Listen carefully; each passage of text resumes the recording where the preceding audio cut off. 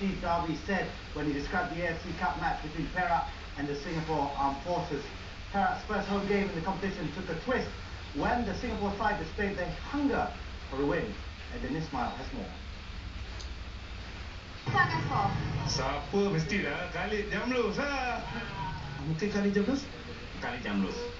But it wasn't Khalid who scored the opener. Instead, Tensat Chaiman unleashed a free kick straight into the net in the 8th minute.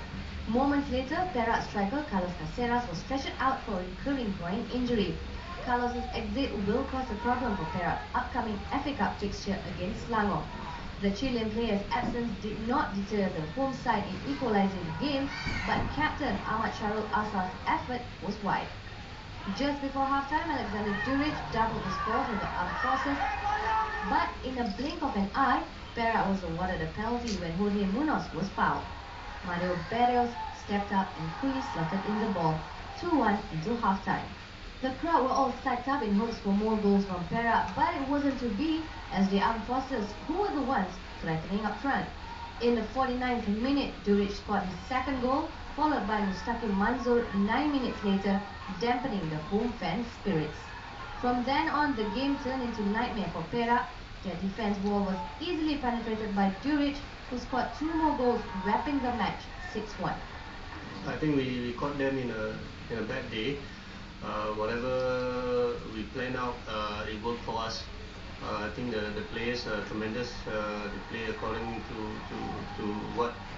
the plan that we set out to do, and everything we do it turned into good. Steve Darby, on the other hand, admitted that the best team won and there should be no excuses for 6-1 drubbing. But what they did was that they punished us superbly on the break. The 2 centre-backs, Bennett and Kenji, were outstanding. They stopped everything. We ended up with 1 man up front because that's all we've got left. We didn't take our chances in as much to keep us save them.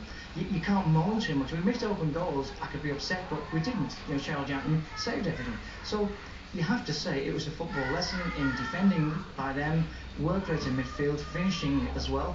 There can be no excuses whatsoever. Despite losing 6-1 to the Singapore Armed Forces, this is Perak's first loss in the AFC Cup, and you can be sure Perak will find their winning ways again in the upcoming fixtures. This is Adeline Ismail reporting from the Perak Stadium for Sports Centre. With a thumping win, SF now lead Group E in the AFC Cup with 2 wins out of 2.